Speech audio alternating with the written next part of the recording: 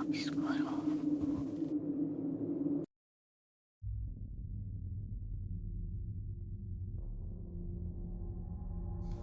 Olá, galera obscura. Meu nome é Edilene e vou lhes contar o que aconteceu na minha cidade natal na década de 90. Hoje eu moro em Goiás. Bom, eu tinha 10, 11 anos na época. Hoje eu tenho 39, mas me lembro como se fosse ontem. Tudo aconteceu na cidade de Porto Nacional, interior do Tocantins. Nesse tempo, era lugar de muita mata e poucas casas. Os bairros estavam começando a se formar. Então, todos os anos, no dia de Quaresma, meu pai, hoje falecido, pedia para que sempre fechássemos as portas e janelas da casa quando dava ali por volta das 8 horas da noite. Ele dizia que era muito perigoso deixar a casa aberta, porque assombrações e até lobisomem podiam aparecer. Eu dizia: lá vem o pai de novo com essas histórias de lobisomem. Isso não existe. Bom, assim eu pensava. Então gritos de pavor ecoavam de uma mulher que estava na rua. Isso já era 1 hora da madrugada. Tinham poucos postes de luz e ela estava voltando a pé para sua casa. Nesse tempo não tinha esse negócio de assaltos ou coisa assim. E se tinha, nem se ouvia falar. Isso durou uns 5 minutos. Foi muito rápido, mas para ela com certeza deve ter sido uma eternidade. Bom, o que se soube daquela noite no dia seguinte foi o que ela contou para algumas pessoas. E sabe como é cidade pequena? Todos ficam sabendo, se espalhou bem rápido. Ela disse que foi atacado por uma criatura, meio homem, meio cachorro. Era muito grande e pesado. Ela não sabia se eram mãos ou patas que bateram em suas costas e a jogaram no chão, ficando em cima dela bufando e babando. Porém ela disse que não conseguia olhar direito, porque era muito feio. Ele era molhado e fedido. Tinha pelos compridos que desciam da cabeça para o peito. Então, por ela gritar por socorro, um homem que morava ali perto ouviu e foi ao encontro dessa mulher com um facão, pois sabia que ela estava sendo atacada por alguém ou algo. Esse homem desferiu um golpe de facão na perna da criatura, fazendo com que ela soltasse a mulher e fugisse. Bom, assim foi dito. Naquela época não era fácil ligar para a polícia, até porque telefones eram difíceis. Então a mulher foi para a casa desse homem e junto com ele e sua esposa passaram o resto da noite em choque, só esperando amanhecer.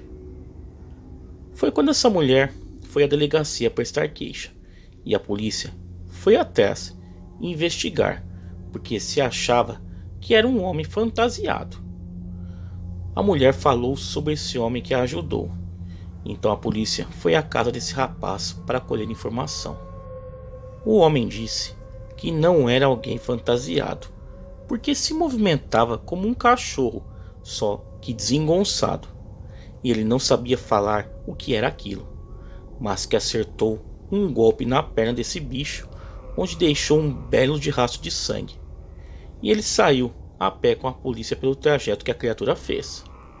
Foi quando avistaram uma casa em construção, porém só tinham paredes. O rastro de sangue os levou para dentro dessa casa. E foi quando de repente, num susto, viram um homem com a perna cortada profundamente. Ele estava encolhido num canto e pelado, sem roupa alguma. Estava apático, porque perdeu muito sangue. Levaram ele para o hospital. O homem que socorreu a mulher disse que não podia ser ele, porque aquilo que ele acertou tinha uns 2 metros de altura, e não podia ser aquele homem pequeno e raquítico, com mais ou menos 1,70 m. Bom pessoal, agora voltando a esse homem que foi encontrado ferido. Não vou citar o nome dele aqui. Todos o conhecem na cidade, e ele mora lá até hoje. O engraçado é que parece que ele não envelhece a fisionomia, só os cabelos que branquearam. Ele anda numa bicicleta bem antiga.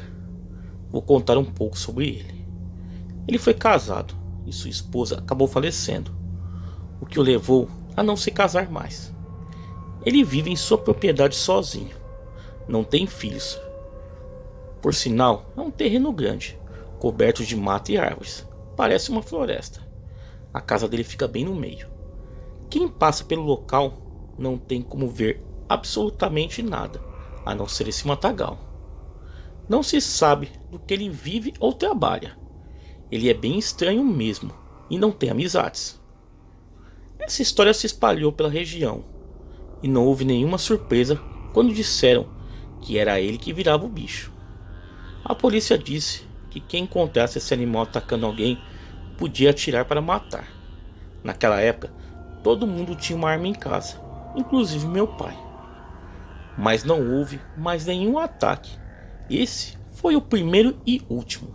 E como eu disse, esse homem estranho vive lá até hoje, nessa cidade. Bom, esse é o meu relato. Espero que gostem. Obrigado por contar em seu canal. Tá, galera, vamos aí a um segundo relato. Olá, eu me chamo Gustavo, tenho 18 anos. O que vou contar aqui se passou quando eu tinha por volta de 12 anos. Eu morava em uma cidade bem pequena de São Paulo chamada Mirassol. E lá havia algumas casas abandonadas. Como eu era o menor da turma, sempre me colocavam para fazer as coisas erradas. Sendo que certa vez, um de meus amigos, que se chamava Kleber, deu a ideia de entrarmos em uma dessas casas abandonadas. E eu, como sempre gostei de aventuras, resolvi topar a ideia de entrar ali na tal casa. A história dessa casa era mesmo de arrepiar. Dizem que quem morava lá era um senhor muito mal-humorado, que vivia brigando com as crianças. Eu não era dessa época, né? Ele morou lá por volta de 2000, e eu me mudei para lá muito tempo depois. Ninguém nunca descobriu a causa da morte desse senhor. Ele se chamava Mateus. Nunca me esquecerei desse dia. Era uma tarde, quase noite. Já estava um pouco frio e ameaçava chover, o que não era muito preocupante por lá, pois a cidade era bem quente. Eu, o Kleber e mais um amigo nosso que se chamava André estávamos prontos para entrar na casa. Para chegar lá, tínhamos que atravessar uma mata, e como não era muito longe, logo chegamos a tal casa. O André só tinha tamanho, porque antes mesmo de acontecer alguma coisa, ele já estava pedindo para voltar para casa. Confesso que eu estava com um pouco de medo, e fiquei com mais medo ainda depois do que vi. Quando estávamos nos aproximando da porta de entrada da casa, olhei para a janela do segundo andar, e o que vi não foi nada agradável. Era a figura de um homem nos olhando fixamente com um olhar frio e de arrepiar. Como eu sabia que não iriam acreditar em mim, eu resolvi ficar na minha e não falei nada aos dois, o que foi errado da minha parte. Chegamos até a porta, tentamos abri-la, mas ela estava fechada, o que poderia ser um sinal para sairmos dali correndo. Mas a nossa curiosidade foi maior do que qualquer outra coisa, e vimos uma das janelas entreaberta. E forçamos um pouco, mas como a casa estava fechada há muito tempo, as janelas estavam um pouco enferrujadas e duras para abrir. Finalmente conseguimos abrir um espaço em que nós três passássemos. Então pulamos as janelas e entramos na casa. O Kleber havia levado algumas lanternas que ele pegou emprestado com o primo dele. Logo acendemos as lanternas e fomos à procura de alguma coisa que nos interessasse por ali. O André estava com muito medo, o Kleber nem tanto, e eu já estava começando a achar que não tinha sido uma boa ideia a gente ter ido até essa casa. E eu estava certo. Em um determinado momento, um forte barulho de coisas caindo veio do andar de cima, e nós três tomamos um baita susto. Ficamos paralisados, e quando olhamos para a escada que dava acesso ao segundo andar, havia um homem de aparência velha, muito branco, que parecia estar congelado. Nessa hora senti mais frio do que o normal, e o homem logo começou a descer as escadas em nossa direção. E cada vez que ele descia um degrau, aumentava a velocidade de seus passos. E eu não pensei duas vezes. corri para uma porta que havia mais ou menos uns 5 metros de onde estávamos. Em seguida, vieram os dois apavorados atrás de mim, gritando feito loucos. Fechamos a porta rapidamente, achando que estávamos seguros. Mas, quando nos viramos, ali estava o velho, nos olhando fixamente de novo. Eu entrei em choque. O velho começou a gritar para a gente sair dali imediatamente. Nós não pensamos em mais nada a não ser a correr em direção à janela em que entramos. E eu fui o primeiro a sair. Me joguei para fora e corri, esquecendo dos outros. Quando eu cheguei em casa, minha mãe estava desesperada me procurando pela vizinhança. Também pudera, já era tarde da noite.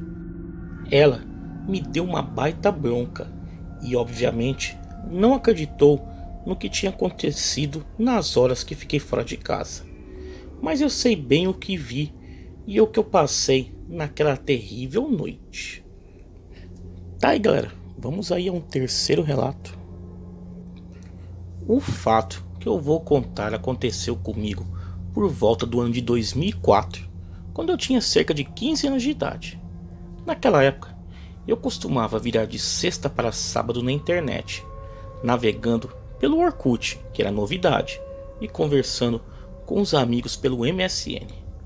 Costumava colocar fones de ouvido e ficar ouvindo música, mas naquela noite não o fiz. Estava de papo com uma amiga minha pelo MSN, quando ouvi um barulho seco vindo do telhado.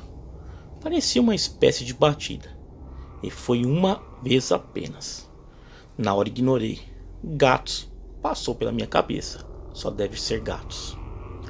Na minha vizinhança sempre houveram muitos bichanos que viviam correndo por sobre as casas. Nessa primeira noite, apenas isso ocorreu. E depois de passar o sábado entre dormir, assistir filmes e jogar videogame, resolvi ficar acordado a noite toda novamente. Afinal, domingo era dia de acordar tarde. Novamente conversando com a mesma amiga pelo MSN, ouvi o mesmo barulho, porém mais forte. Diferente de vez anterior. Foi mais de uma vez. Parei de digitar. Fiquei olhando para o teto, imaginando o que seria aquilo. Cerca de umas 3 batidas depois, se cessou. Fiquei ainda durante um tempo quieto, esperando para ver se ocorria novamente. A janela do MSN apitava descontroladamente, com minha amiga me chamando. Nada, nenhum som. Voltei a conversar com ela. Expliquei o ocorrido, mas resolvi desencanar daquilo. Naquela mesma madrugada, poucas horas depois, novamente batidas voltaram a acontecer em meu telhado. Notei pela primeira vez que não eram simples batidas, pareciam sim passos. Tinha alguém andando em cima da minha casa. Moro em São Paulo desde que nasci, então poderia ser possível que alguém estivesse passando sobre as casas, talvez bandidos, o que já é assustador demais. Fiquei parado atrás da porta, com os olhos arregalados e as mãos tremendo, presas à maçaneta. Cenas de diversos filmes de terror vieram à minha mente. Se eu abrir a porta, um assassino vai me matar, um bicho vai entrar, um fantasma vai me atacar. E os passos não paravam. Pensei, eu vou sair no quintal e dar uma olhada rápida para o telhado. Daquele quintal é possível ver o telhado que cobre a minha casa toda. Uma parte das telhas de amianto que cobrem a garagem e um fino telhado que fica sobre uma outra parte da minha casa. Seria fácil ver se alguém estava ali. Respirei fundo, criei coragem e resolvi abrir a porta, rezando a oração da Ave Maria. Virei a chave. Neste exato momento, os passos se cessaram. Pensei, se pararam, a pessoa está parada. Então saí e olhei para todos os lados e nada. Nem gato, nem gente. Apenas o ar frio da madrugada soprava e a lua tímida pouco iluminava o ambiente. Olhei de novo, só para ter certeza. E nada. Absolutamente nada. Entrei e voltei para o computador. Porém eu estava tão assustado que sequer conseguia me concentrar no computador. Desliguei-o. Resolvi dormir. Era cerca de 3h30 da manhã. Pouco depois de me deitar, os passos voltaram a ecoar. Arregalei os olhos. Dividi o quarto com a minha mãe. Então, procurei-a para ver se estava ouvindo também. Nada. Dormia profundamente. Eu levantei-me rapidamente. Corri até a porta e a abri, tomando cuidado para a chave não fazer barulho. Coloquei a cabeça para fora e olhei para o telhado da garagem. E lá estava. Uma sombra passava da laje para as telhas de amianto da garagem. Parecia uma sombra humana, mas não conseguia ver nada além do vulto. Foi algo rápido, mas o suficiente para me fazer voltar para dentro tremendo de medo e com respiração acelerada. Corri até o telefone, disse que é o número da polícia. Poderia ser alguém mesmo tentando invadir. Falando baixo, quase sussurrando, informei o que está acontecendo. Estou ouvindo passos em cima da minha casa e vi uma sombra passando do telhado do vizinho para o da minha garagem. A atendente deu instruções para que eu trancasse a porta e esperasse. E os passos continuaram. Cerca de 5 minutos depois, pude ver o reflexo do giroflex passando pelas frestas da janela. Abri e um policial disse que estava ali para atender a um chamado. Acordei minha mãe e saí para abrir o portão. 2 policiais entraram em casa, enquanto um subia no telhado e o outro analisava o longo corredor da casa vizinha. Contei o que ocorreu e eles verificaram com uma lanterna. Os telhados e os terrenos vizinhos estavam vazios, não havia nada. Agradeci profundamente o ocorrido e voltei para dentro. Minha mãe, muito religiosa, tratou de rezar um terço de proteção naquela noite. E eu consegui dormir. Ao acordar, fui na missa da noite, como de costume. Resolvi colocar as intenções da missa todas às almas perturbadas e às almas do purgatório, e rezei profundamente pedindo proteção. Voltei para casa, contando para meus amigos o que ocorrera. E ao chegar na hora de eu ir para a cama, o sono já tinha me abandonado. Eu não conseguia dormir, pois fiquei apenas pensando nos passos do telhado. Tinha medo que pudessem ocorrer de novo. E fiquei pensando, agora com maior clareza, não poderia ter sido alguém. Era apenas uma sombra, e eu poderia ver tranquilamente se fosse alguém, pois há um poste de luz em frente à minha casa. Se fosse alguém, eu veria alguma luz refletindo nas roupas ou na pele da pessoa. Mas não, era apenas uma sombra, um vulto. Além disso, os passos ecoaram até o momento que a polícia chegou. Se fosse alguém andando, eles teriam visto. Então, o que tinha caminhado durante 2 noites por cima da minha casa? Quem era ou o que queria? Teria sido imaginação minha? Eu acho pouco provável. Alguma alma ou espírito procurando orações para se aquietar. Quem sabe? O fenômeno nunca mais aconteceu, mas vai ficar para sempre nas minhas memórias e nos meus medos. Tá aí, galera, 3 relatos aí sensacionais enviados ao canal.